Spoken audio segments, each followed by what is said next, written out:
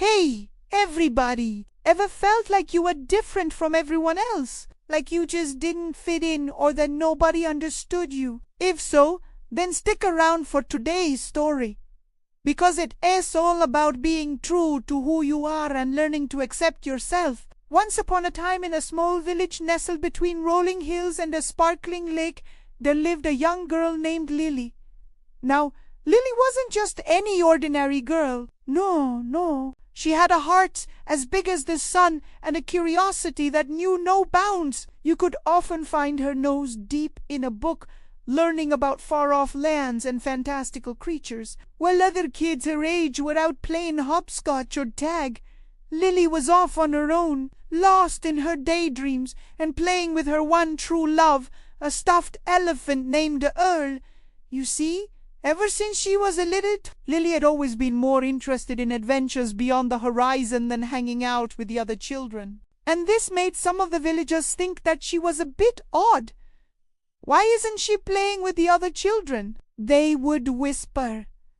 She's just so different. And before long, Lily started to believe them. She began to feel that there was something wrong with her and that she did unbelong in the village. One day, while strolling through the bustling marketplace with her mother, Lily spotted an announcement that read, "The royal ball is coming soon. All eligible maidens are invited." Now, the royal ball was the talk of the town. It was an event where young ladies from all over the kingdom came to show off their fancy dresses and meet eligible, but for most girls it was a dream come true. But not for Lily.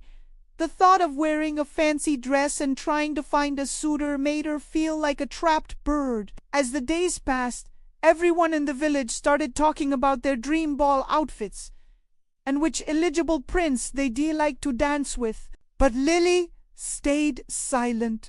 Her mother, noticing her daughter's gloomy expression, sat her down and asked what was wrong. With a heavy heart, Lily confessed that she didn't want to go to the ball. "But why, my darling?"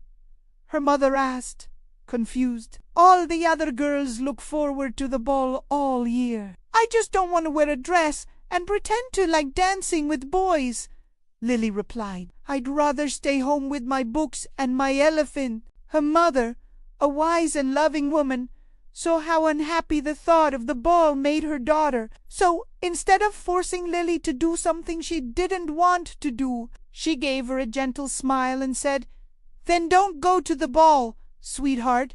There's no rule saying you have to." Relieved and grateful for her mother's understanding, Lily went back to her room and pulled out her favorite book. As she started reading, she couldn't help but feel a pang of sadness. She wished she had someone to share her love for stories with, someone who understood her and accepted her for who she was. Suddenly, a determined look crossed her face. Why should she go to the ball dressed as a princess when she was more comfortable in a pair of trousers and a shirt? She roamed family through her closet until she found a book on how to make the finest and shiniest armor a girl could wear. Then she got to work. Day after day, she hammered away at the metal, making the armor more sturdy and beautiful. She added shiny details, polished it until it gleamed, and designed a magnificent helmet with flowing ribbons. Meanwhile, word of Lily's incredible armor spread throughout the village. At first, people were puzzled. They couldn't understand why she would spend so much time on such a strange project. But as the days went by and Lily's determination grew, their whispers turned into gasps of admiration. Finally, the day of the ball arrived. As the sun set, painting the sky in hues of orange and purple, all the eligible maidens left for the kingdom. They wore beautiful dresses, sparkling jewelry, and carried bouquets of fresh flowers. And then there was Lily. She stood out like a sore thumb. Wearing her shining armor, she looked more like a warrior than a princess. Some people stared, others pointed, but Lily walked with her head held high. When she entered the ballroom, everyone's jaws dropped. The sight of a girl in armor was so unusual that it stopped everyone from gossiping and staring. For the first time, Lily felt like she truly belonged somewhere. Here, she didn't have to pretend to be someone she wasn't. She was comfortable in her own skin, and that made her the most beautiful girl in the room. As the music started playing, most of the girls hurried to the dance floor. Not Lily. She leaned against a pillar and watched the other girls twirl and laugh. Suddenly, a handsome prince approached her and asked if she would dance with him. For a moment, Lily hesitated. She liked the prince, but she couldn't bring herself to wear a fancy dress and dance with him. Instead, she politely declined his offer and returned to her post by the pillar. The prince, taken aback by her refusal, didn't know what to say. He had never seen a girl who wasn't interested in being a princess.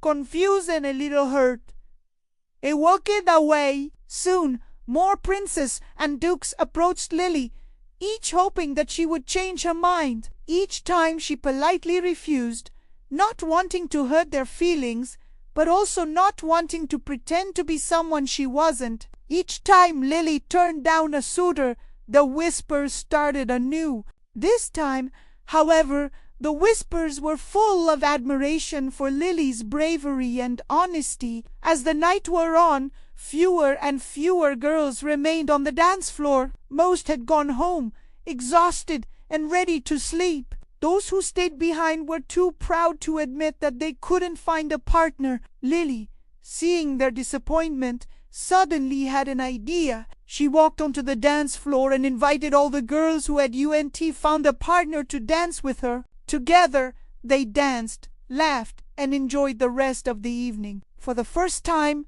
Lily felt like she truly belonged somewhere. She had found her place among the other girls, not as a princess, but as Lily, the girl who loved books and her stuffed elephant more than fancy dresses and parties. As the night drew to a close, Lily realized that the royal ball wasn't just about wearing fancy clothes and finding a prince. It was about finding yourself and being true to who you are. From that day on, Lily continued to be herself, unafraid of what others might think or say. She never attended another royal ball, but she lived her life on her own terms, knowing that she was truly happy being just Lily.